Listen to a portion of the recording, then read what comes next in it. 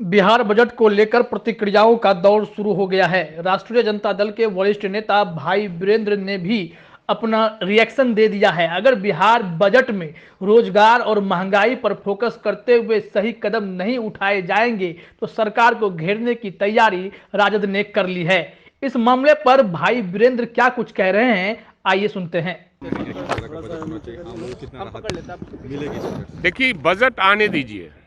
Budget का आकार कैसा होता है, जनता के हित में कौन सा बजट है, बेरोजगारों को रोजगार देने के मामले में कौन सा बजट है, महंगाई पर क्या इनका फोकस है, इस सब आने के बाद ही कुछ बजट पर बोलना हमें ज़्यादा अच्छा रहेगा।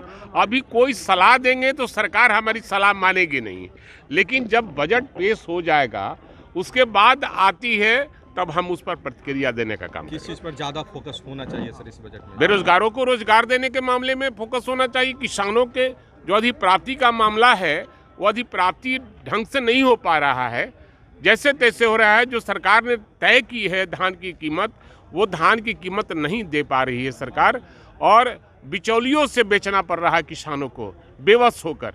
इसलिए इस पर फोकस बेरोजगारों को रोजगार, शिक्षा, स्वास्थ्य और किसानों के मामले पर फोकस होना चाहिए। अगर इस पर सरकार फोकस नहीं करती है तो निश्चित रूप से हम लोग इसका विरोध करने का काम करेंगे। 19 लाख रोजगार का जो दावा था, अगर वैसा नहीं हो पाता है तो क्या आपका विरोध होगा? निश्चित रूप से सरकार तो पिछले चुनाव में अपना घोषणा की थी कि 19 लाख बेरोजगारों को रोजगार देंगे, लेकिन क्या 1 साल से सवा साल हो गए, 1.5 साल होने जा रहे हैं और अभी तक एक भी रोजगार नहीं मिल पाया है।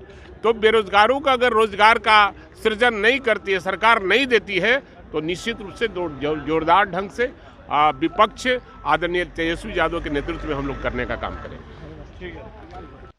आपको बता दें कि भाई वीरेंद्र ने जो बातें कही है वो डायरेक्टली रोजगार पर फोकस है। यानी इस बार विपक्ष ने पूरा मुद्दा रोजगार पर ही सरकार को घेरने का बनाया है। इसके साथ ही साथ महंगाई भी एक बड़ा मुद्दा है जिस पर सरकार से सवाल खड़े किए जाएंगे।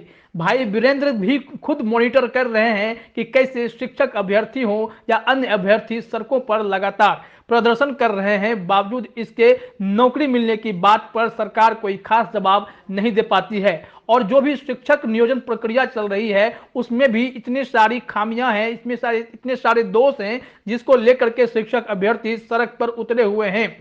अब देखना यह होगा कि इस बजट में युवाओं के लिए, बेरोजगारों के लिए सरकार क्या सोच रही है और महंगाई से निपटने के लिए सरकार का क्या एक्शन प्लान है।